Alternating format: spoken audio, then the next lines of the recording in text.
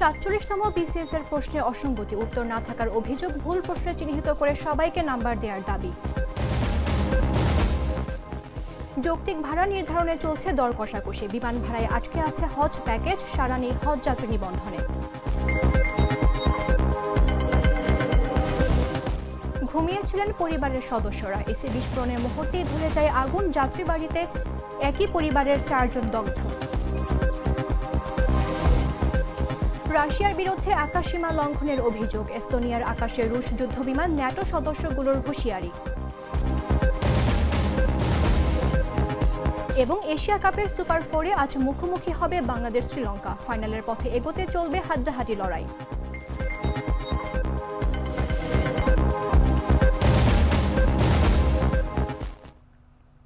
আমন্ত্রণ দুপুর 1টার নিউজে, আপনাদের সাথে রয়েছে আমি মামদুহা রাইসা। বদলে ফেলেছে, এবার আপনিও বদলে ফেলুন, একবার প্রাণ গুঁড়া মশলা ব্যবহার করেই দেখুন। 47তম বিসিএস এর প্রিলিমিনারি পরীক্ষার প্রশ্নপত্রে অসঙ্গতির অভিযোগ তুলেছেন পরীক্ষার্থীরা।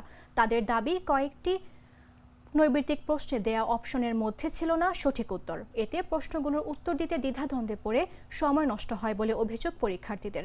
তবে পিএসসির কর্মকর্তাদের দাবি, কয়েক স্তরে যাচাই করা হয় প্রশ্নপত্র, এমন ভুল কিভাবে হলো তা খতিয়ে দেখা উচিত বলেও মত তাদের।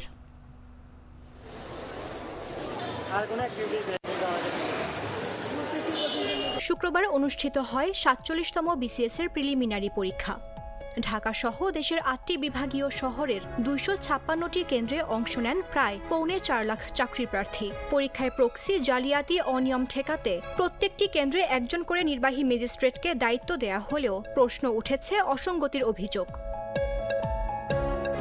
গুরুত্বপূর্ণ এ পরীক্ষার প্রশ্নে কিছু অসঙ্গতির অভিযোগ করেছেন পরীক্ষার্থীরা। কয়েকটি নৈর্ব্যক্তিক প্রশ্নে দেয়া অপশনের মধ্যে সঠিক উত্তর নেই।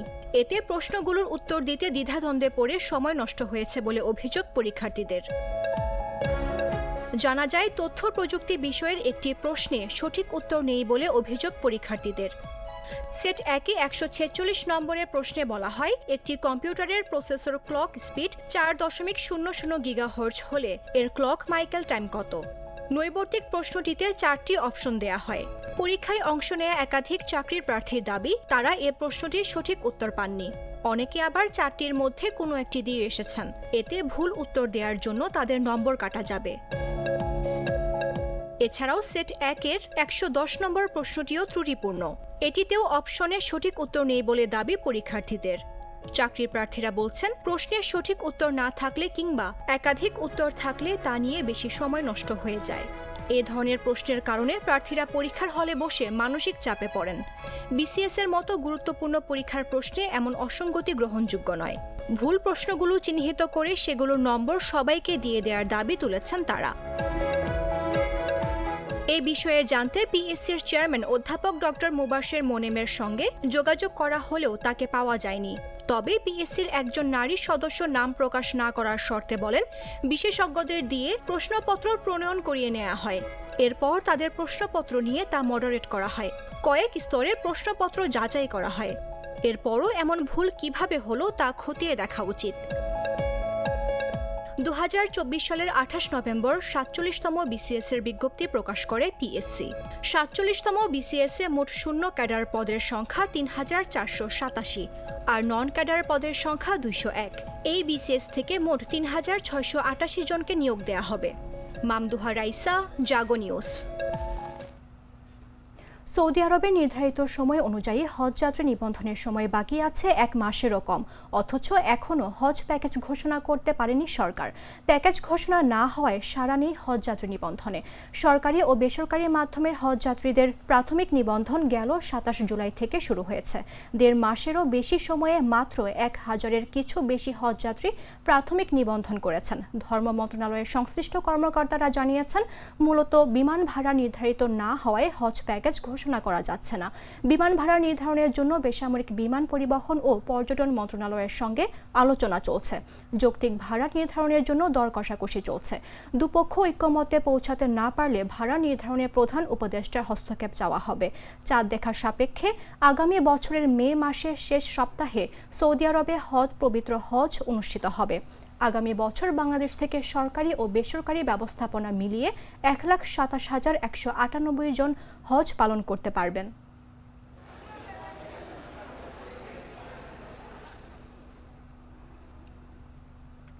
বাসায় থাকেন পরিবারের 4 সদস্য।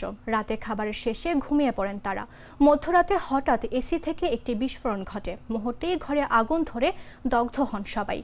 শুক্রবার দিবাগত রাত 1:30টার দিকে রাজধানীর যাত্রাবাড়িতে ধলপুর বউবাজার লিচু বাগান মসজিদের পার্শ্ববর্তী একটি ভবনের 7ম তলায় এই ঘটনা ঘটে। তাদের জাতীয় বার্ন ও প্লাস্টিক সার্জারি ইনস্টিটিউটে ভর্তি করা হয়েছে।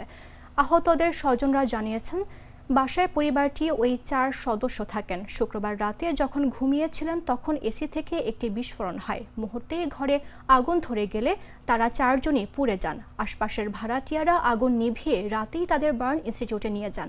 তাদের 4 জনের অবস্থায় গুরুতর বলে জানিয়েছেন চিকিৎসকরা।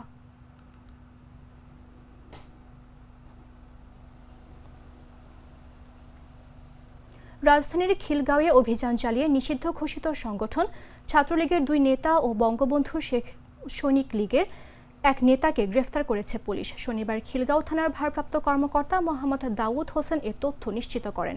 এর আগে শুক্রবার মতিঝিল থানার 9 নম্বর ওয়ার্ড ছাত্রলীগের সাধারণ সম্পাদক আরিফুল রহমান আকাশ, মতিঝিল থানার 8 নম্বর ওয়ার্ড ছাত্রলীগের সাধারণ সম্পাদক তাহমিদুল হাসান ও খিলগাঁও থানা সৈনিক লীগের সদস্য মোহাম্মদ আনোয়ার হোসেন বাবুকে গ্রেফতার করা হয়। খিলগাঁও থানার ভারপ্রাপ্ত কর্মকর্তা বলেন, শুক্রবার বিকেল 3:45টার দিকে খিলগাঁও থানার মুক্ত বিরিয়ানির সামনে থেকে আকাশ ও তাহমিদুলকে গ্রেফতার করা হয়। এছাড়া রাত 9:45টার দিকে তালতলা মার্কেটের সামনে রাস্তা থেকে বঙ্গবন্ধু সৈনিক লীগের সদস্য বাবুকে গ্রেফতার করা হয়। তাদের বিরুদ্ধে পরবর্তী আইনানুগ ব্যবস্থা প্রক্রিয়াধীন।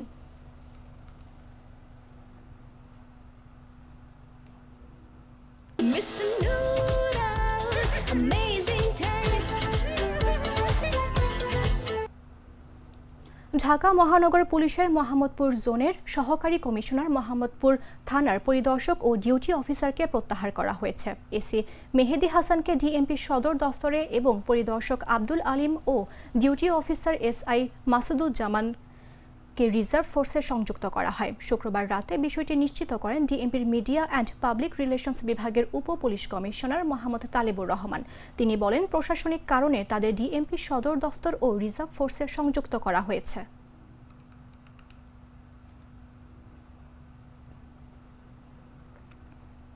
গাইবান্ধার সুন্দরগঞ্জে বিদ্যুৎ চালিত সেচ যন্ত্র থেকে টানা লাইনে স্পৃষ্ট হয়ে মোহাম্মদ আরিফুল ইসলাম নামে এক দিনমজুরের মৃত্যু হয়েছে। শুক্রবার বিকেলের দিকে উপজেলার বানমডাঙ্গা ইউনিয়নের খামার মনিরাম গ্রামে এ দুর্ঘটনা ঘটে। স্থানীয়রা জানান, নিহত আরিফুল ইসলামের বাড়ির পূর্ব পাশে আজাহার হাজির বিদ্যুৎ চালিত সেচ যন্ত্র ছিল। সেচ যন্ত্র থেকে টানা লাইনে বাড়িতে বিদ্যুৎ সংযোগ নিয়েছেন আজাহার আলী, যার দূরত্ব হবে প্রায় 700 থেকে 800 গজ। আজাহার হাজি ও কর্তৃপক্ষকে বিষয়টি বিপজ্জনক জানিয়ে একাধিকবার বললেও কোনো কাজ হয়নি। তবে আরিফুল ইসলাম ওই তারে জড়িয়ে মারা যাওয়ার পরই আজাহার হাজি তার ছেলেসহ দ্রুত বিদ্যুতের তার সরিয়ে নেন। এ ঘটনায় বিচারের দাবি নিহতের পরিবারের। এ বিষয়ে সুন্দরগঞ্জ থানার ভারপ্রাপ্ত কর্মকর্তা মোহাম্মদ আব্দুল হাকিম আজাদ বলেন, বিষয়টি তদন্ত করে আইনগত ব্যবস্থা নেওয়া হবে।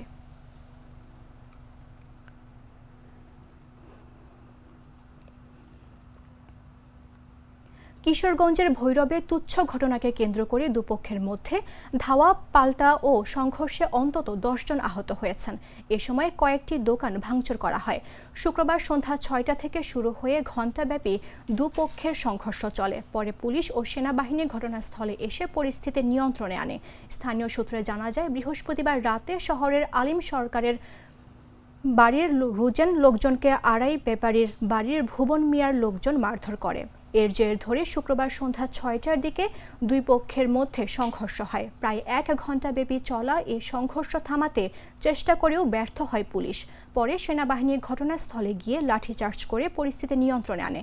এ ঘটনায় এলাকায় আতঙ্ক বিরাজ করছে। আহতদের স্থানীয় বিভিন্ন ক্লিনিকে চিকিৎসা দেয়া হচ্ছে। এ বিষয়ে ভৈরব থানার পরিদর্শক আবু তালেব জানান, এই ঘটনায় আইনগত ব্যবস্থা নেওয়া হবে।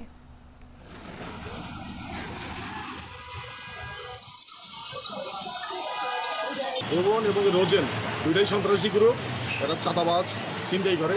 মাঝে মধ্যেই লাগে, আজকাল তারই দ্বারা রয়ে গেছে দুই গ্রুপের মধ্যে প্রচণ্ড রকমের মারামারি, ককটেল বিস্ফোরণ এবং কিছু প্রচুর করছে।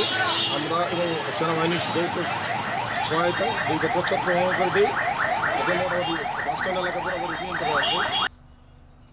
প্রাণ কফি ক্যান্টিন, কররা কফি, কঠিন স্বাদে, হাইকে বলো বাই। জানাবো আন্তর্জাতিক সংবাদ।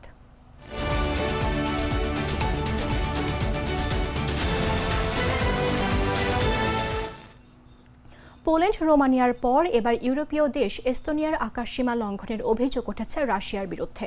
শুক্রবার স্থানীয় সময় দুপুরে গালফ অফ ফিনল্যান্ডের ভাইন্ডলু দ্বীপের আকাশে প্রবেশ করে রাশিয়ার 3টি মিগ-31 যুদ্ধবিমান। এস্তোনিয়ার কর্মকর্তারা জানিয়েছেন, কোনো ফ্লাইট প্ল্যান জমা না দিয়ে এবং ট্রান্সপন্ডার বন্ধ রেখে 12 মিনিট ধরে দেশটির আকাশসীমায় অবস্থান করে তারা। এ সময় অঞ্চলটির এয়ার ট্রাফিক কন্ট্রোলের সঙ্গে কোনো যোগাযোগও রাখেনি রুশ পাইলটরা। বিবিসির প্রতিবেদনে বলা হয়, ন্যাটোর বাল্টিক এয়ার পেট্রোল মিশনে থাকা ইতালীয় বিমান বাহিনীর যুদ্ধবিমান দ্রুত সাড়া দিয়ে ওই রুশ বিমানগুলোকে প্রতিহত করে।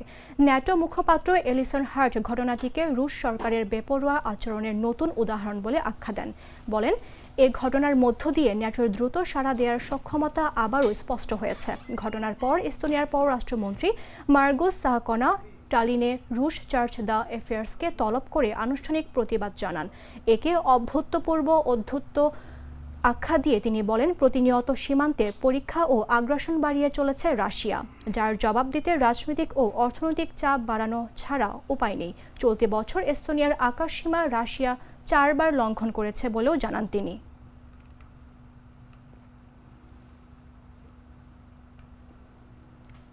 আফগানিস্তানে তালেবান সরকারের আরোপ করা একের পর এক কঠোর নিয়মে দিনকে দিন সংকুচিত হচ্ছে নারীদের জীবনযাত্রা, শিক্ষা, ইন্টারনেট, এমনকি এখন বই পড়ার অধিকার থেকেও বঞ্চিত হচ্ছেন তারা। সর্বশেষ পদক্ষেপ হিসেবে বিশ্ববিদ্যালয়গুলোর পাঠ্যসূচি থেকে নারীদের লেখা বই নিষিদ্ধ করেছে তালেবান।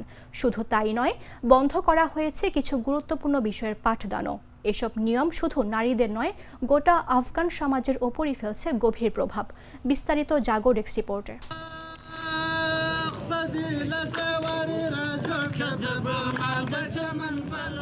4 বছর আগে ক্ষমতায় আসার পর থেকে আফগানিস্তানে নানা ধরনের নিয়মকানুন জারি করেছে তালেবান সরকার। চলতি সপ্তাহেই তালেবানের সর্বোচ্চ নেতার নির্দেশে অন্তত 10 প্রদেশে ফাইবার অপটিক ইন্টারনেট বন্ধ করে দেয়া হয়। প্রাদেশিক প্রশাসনের ভাষ্যে, অনলাইনে অশ্লীল কন্টেন্ট আর নারী পুরুষের অনৈতিক মেলামেশা ঠেকাতেই এই পদক্ষেপ। এছাড়াও কিশোরী মেয়েদের মাধ্যমিক স্কুলে যাওয়া বন্ধ এবং নারীদের বিভিন্ন খাতে কাজ করা বন্ধ করার মতো নানা নিষেধাজ্ঞা আরোপ করে তালেবান সরকার। এবার দেশটির বিশ্ববিদ্যালয়গুলোর পাঠ্যসূচি থেকে নারীদের লেখা বই নিষিদ্ধ করেছে তালেবান সরকার। মানবাধিকার ও যৌন হয়রানি সম্পর্কিত বিষয়ে পাঠদানের ওপর একটি নতুন নিষেধাজ্ঞার অংশ হিসেবে এ পদক্ষেপ নেওয়া হয়েছে। শরিয়া বিরোধী ও সরকারি নীতির পরিপন্থী বলে মনে হওয়ায় 679টি বইকে উদ্বেগজনক বলে চিহ্নিত করেছে তালেবান। নিষিদ্ধ এসব বইয়ের মধ্যে 140টি নারীদের লেখা ও 310টি ইরানি লেখকদের লেখা বা ইরানে প্রকাশিত। নিষিদ্ধ বইয়ের 50 পৃষ্ঠার একটি তালিকা আফগানিস্তানের সব বিশ্ববিদ্যালয়ে পাঠানো হয়েছে। আফগান সরকারের পক্ষ থেকে বিশ্ববিদ্যালয়গুলোকে বলা হয়েছে, তারা এখন থেকে 18টি বিষয়ে পাঠদান করতে পারবেন না। নিষিদ্ধ 18টি বিষয়ের মধ্যে 6টি নারীদের নিয়ে, যেমন gender and development, the role of women in communication and women's sociology.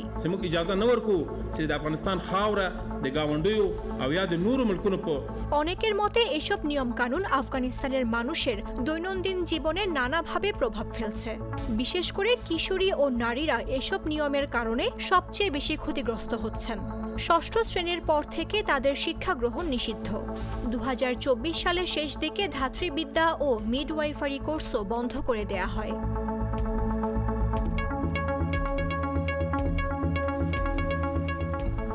Mamduha Raisa, Jago news. সংবাদ শেষ করব খেলার খবর জানিয়ে।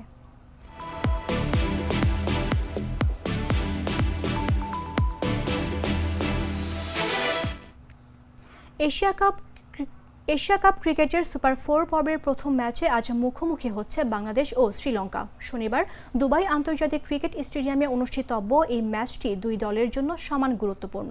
গ্রুপ পর্বের পারফরম্যান্সের ধারাবাহিকতা বজায় রেখে ফাইনালের পথে এগোতে চাইবে উভয় দলই। বাংলাদেশ গ্রুপ বি থেকে সুপার 4-এ জায়গা করে নিয়েছে আফগানিস্তানকে পেছনে ফেলে। অপরদিকে অপরাজিত থেকে গ্রুপ চ্যাম্পিয়ন হয়েই সুপার 4-এ উঠেছে শ্রীলঙ্কা। দুবাই স্টেডিয়ামে সাধারণত দ্বিতীয় ইনিংসের ব্যাটিং কিছুটা সহজ হয়, ঢেউয়ের প্রভাবও থাকতে পারে, তাই টস জেতা দল প্রথমে ফিল্ডিং নিতে চাইবে। এই ম্যাচে জয়লাভ করলে সুপার 4-এ ফাইনালের পথে গুরুত্বপূর্ণ এক ধাপ এগিয়ে যাবে বাংলাদেশ বা শ্রীলঙ্কা। ফলে দুই দলই নামবে নিজেদের সেরা একাদশ ও সেরা কৌশল নিয়ে। তাই আজকের ম্যাচটি হতে চলেছে জমজমাট। ক্রিকেট প্রেমীদের চোখ থাকবে দুই দলের তরুণ ও অভিজ্ঞদের পারফরম্যান্সের দিকে।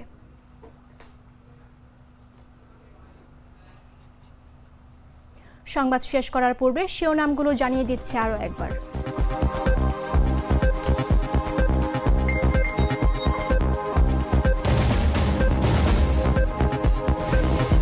47তম বিসিএস এর প্রশ্নে অসঙ্গতি, উত্তর না থাকার অভিযোগ, ভুল প্রশ্ন চিহ্নিত করে সবাইকে নাম্বার দেওয়ার দাবি।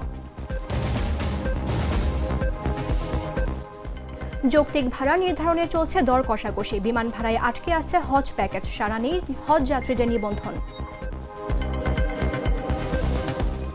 ঘুমিয়েছিলেন পরিবারের সদস্যরা, এসি বিস্ফোরণের মুহূর্তেই ধরে যায় আগুন, যাত্রাবাড়িতে একই পরিবারের 4 জন দগ্ধ। রাশিয়ার বিরুদ্ধে আকাশসীমা লঙ্ঘনের অভিযোগ, এস্তোনিয়ার আকাশে রুশ যুদ্ধ বিমান, ন্যাটো সদস্যগুলোর হুঁশিয়ারি। এবং এশিয়া কাপের সুপার 4-এ আজ মুখোমুখি হবে বাংলাদেশ শ্রীলঙ্কা। ফাইনালের পথে এগোতে চলবে হাড্ডাহাড্ডি লড়াই।